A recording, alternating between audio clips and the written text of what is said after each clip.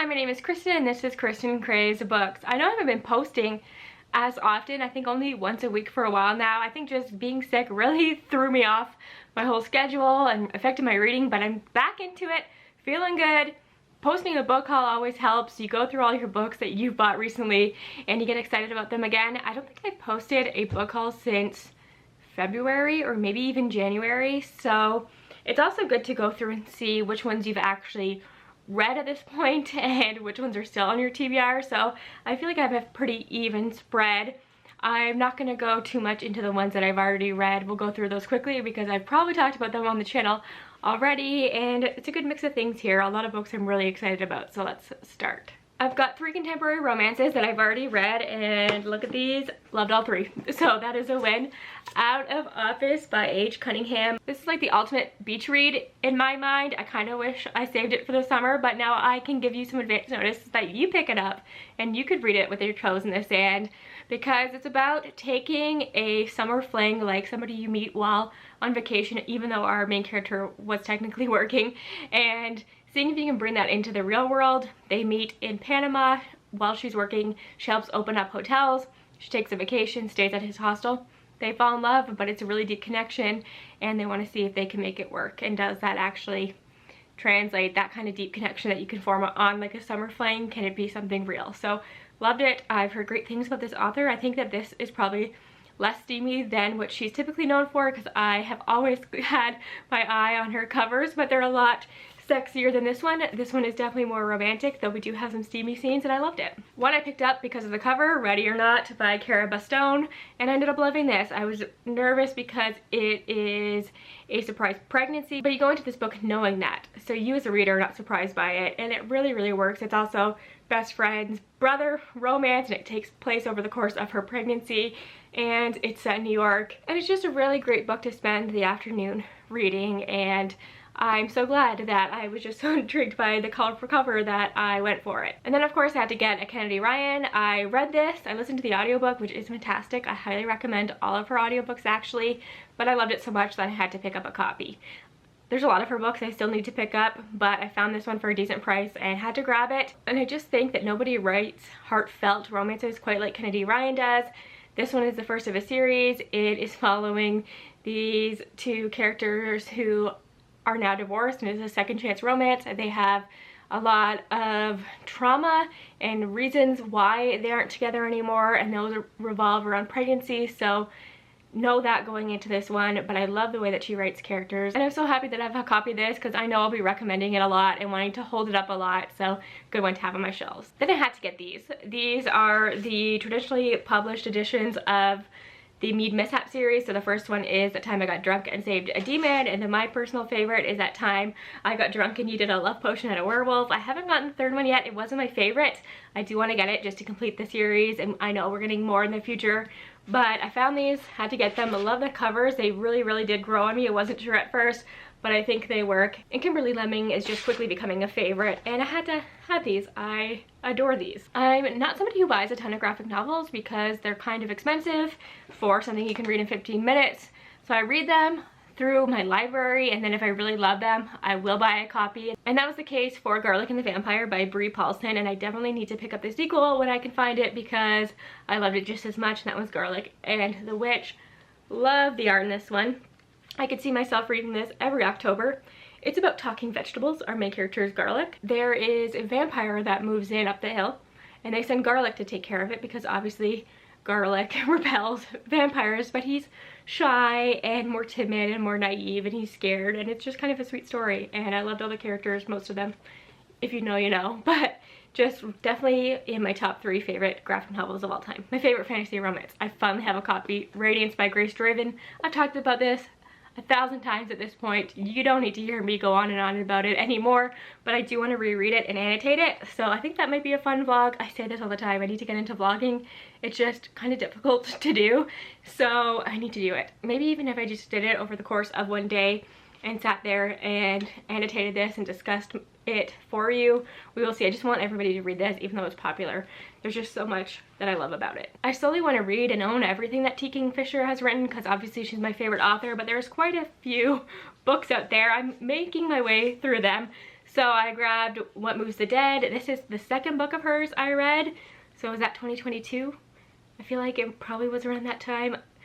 I can't believe how fast years are going. I can't believe how long I've been on Booktube at this point. But this is the first horror of hers I read, and I thought it was brilliant. And then the sequel, What Feasts at Night, just came out this year. So I grabbed this one first and realized I don't have the first book, so here we go, have them both. And I don't often buy novellas because they're full price, and again, you can read them quickly, but for T. Kingfisher, I'll do it. One I read that I don't think I've actually talked about on the channel yet, so there you go. Obviously I love this, is Slaying the Vampire Conqueror by Kristin Broadbent.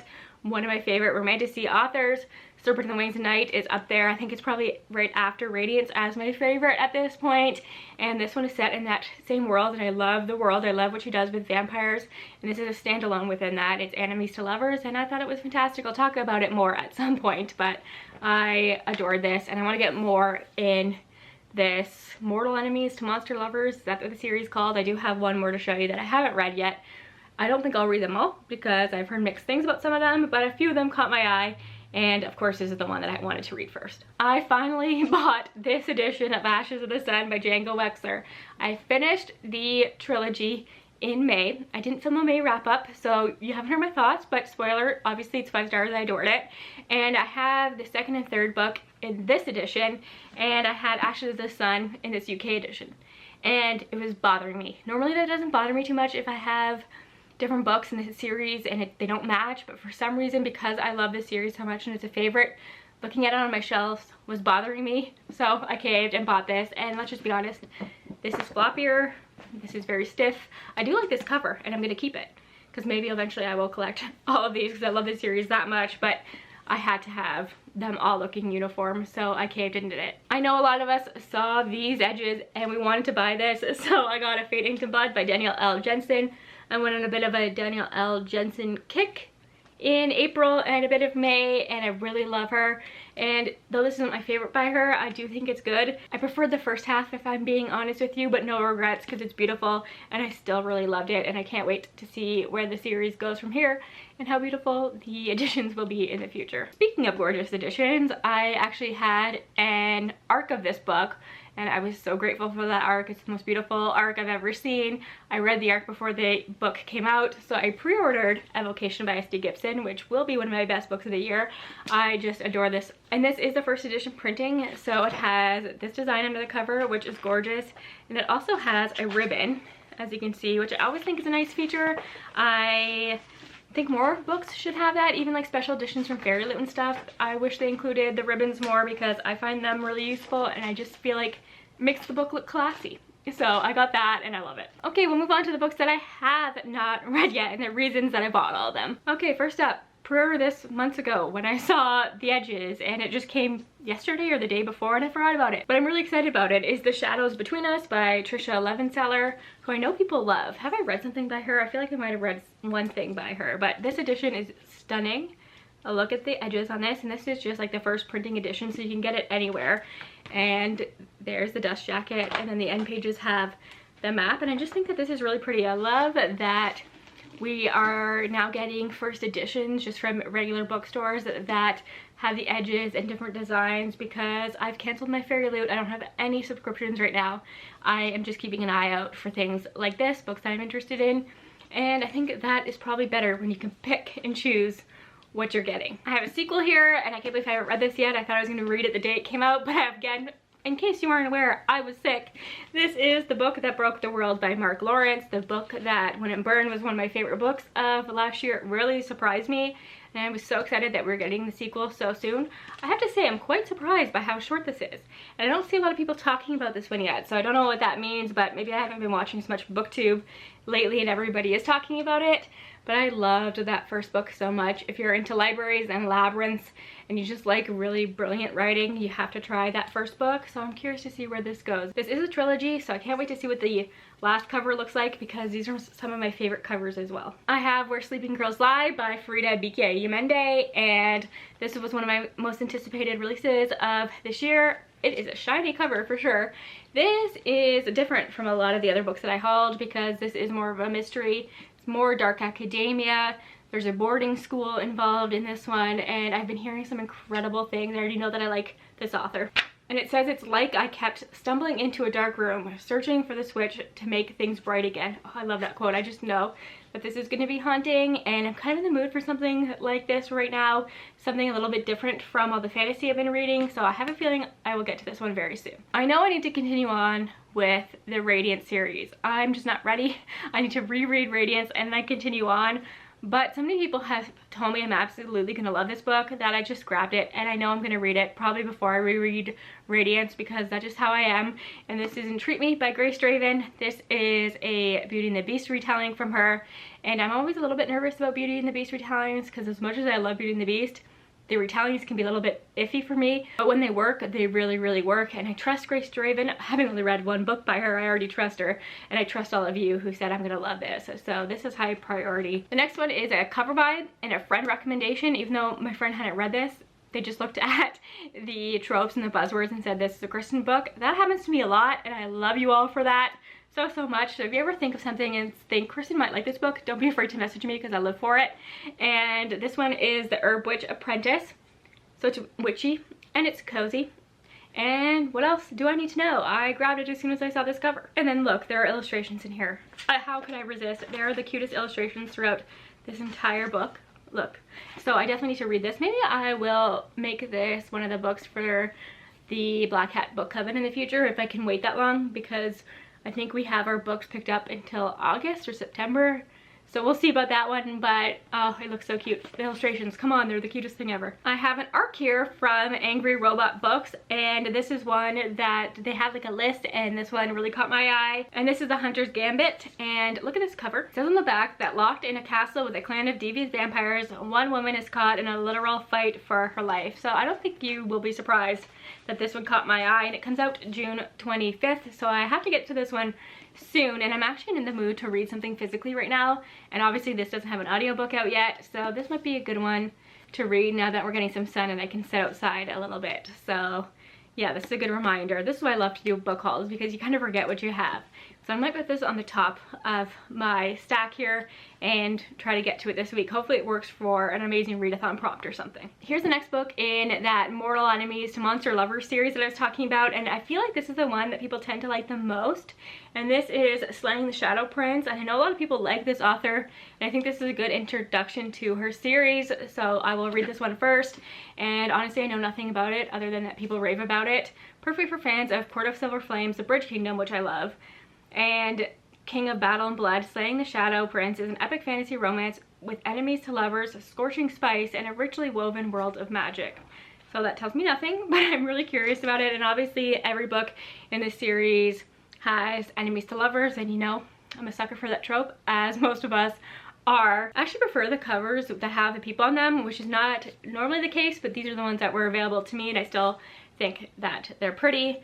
Yeah, I won't be collecting them all, because I heard like the Frost King one apparently is not very good, so we'll see. Let me know if you've read them all, which one is your favorite in the series, or if I should just stick to these two. I think there might be a third one that people really like. Just give me all the details, because I know the whole concept of this series it can be kind of confusing for people. Okay, I saw this for a good price and I caved because I'm so curious, and this is Bride by Ali Hazelwood. I've never read anything by Ali Hazelwood.